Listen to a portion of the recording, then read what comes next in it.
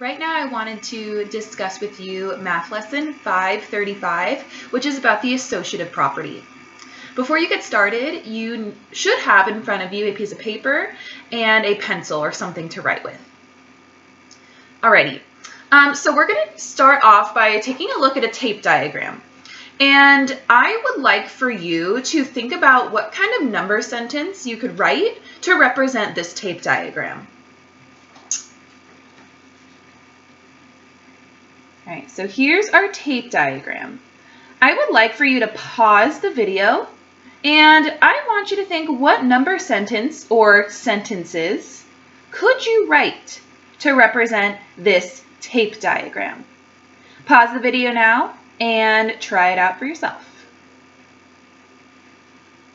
Alrighty, so hopefully you paused the video. Looking at this tape diagram, we see that we have a lot of different parts that are all equal to 1/5. But there's something that's really important that's happening here. We see that they are grouped. Alrighty, we have all of these brackets showing that they are grouped. In one of these groups, we have 1, 2, 3/5, and we see that pattern continuing. All of these groups have 3/5. Okay, so essentially here we see that we have 4 groups of 3/5. And there's a few ways we can write that. One way is with addition.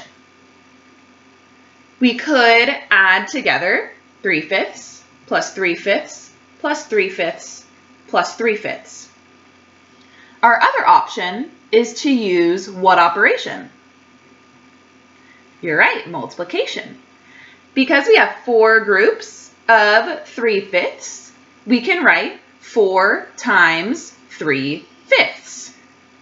Okay, so if we know that this represents 4 times 3/5, then to get the answer, we can just count all of the fifths, and that'll give us the answer.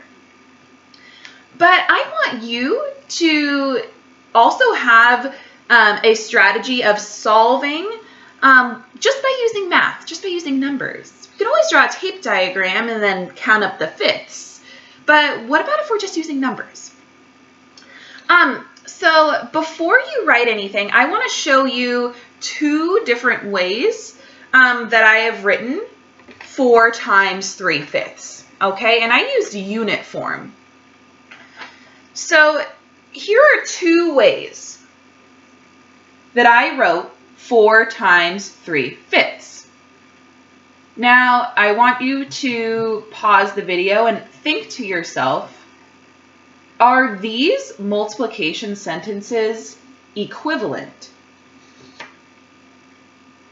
Are they equal to one another?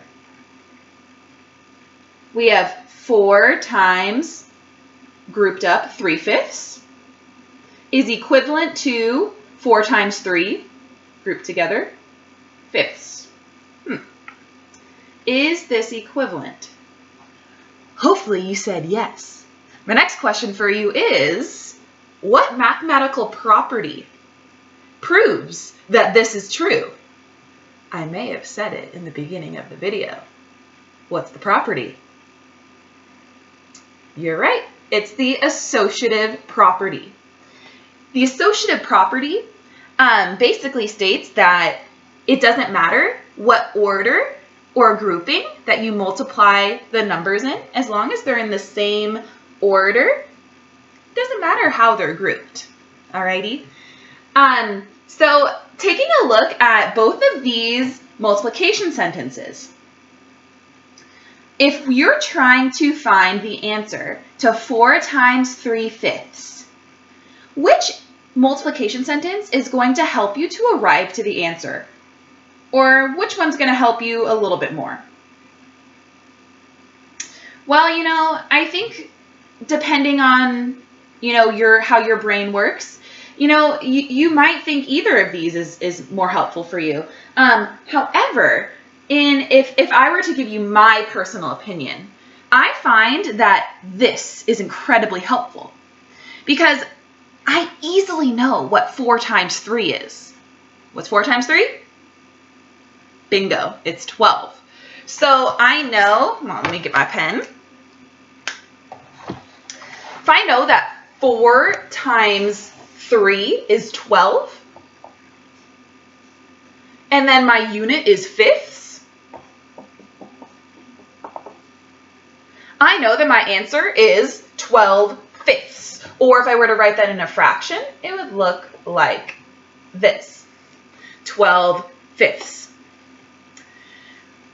Simply by using the associative property, I can group my whole numbers together. Well, essentially this 3 isn't a whole number, it's the numerator of the fraction 3 fifths. But I can group these numbers together and then leave my units, fifths, out separately. And this helps me to easily multiply 4 times 3 fifths.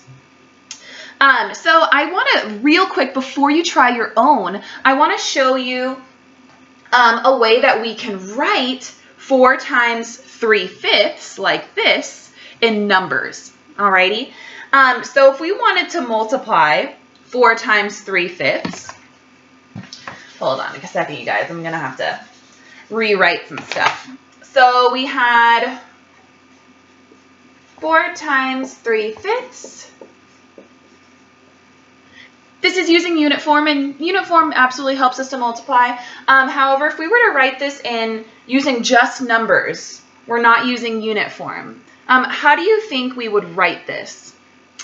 I want you to take a moment, maybe pause the video, and see if you can figure out how to write this using just numbers. Okay, so hopefully you paused. The way that we would write this is we know that this 3 was part of 3 fifths, is the numerator, and fifths is our denominator, and we're multiplying it times 4. So we have 4 times 3. Our denominator is fifths, okay? And here we just multiply straight across. 4 times 3 is, you're right, 12. 12. And then our unit is fifths. Here we can see that we can use a unit form, and we could also use standard form to multiply a fraction times a whole number. Either way gets you to the right answer. All right, you guys. So there's a few things that I want you to do. You guys are going to solve a problem on your own. And I'm going to give you that problem right now.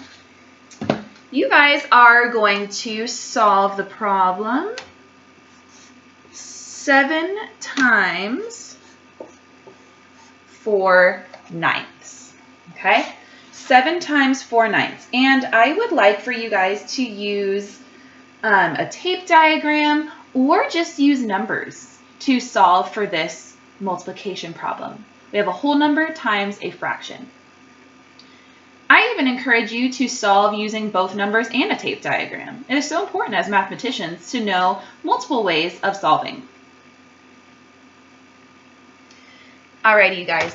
And lastly, you guys are going to go on Padlet once you're done with this problem. And you guys are going to think about if 2 multiplication problems are equivalent to one another, if they're the same thing. So I'm just going to show you so you can kind of start thinking. I want you to think if this statement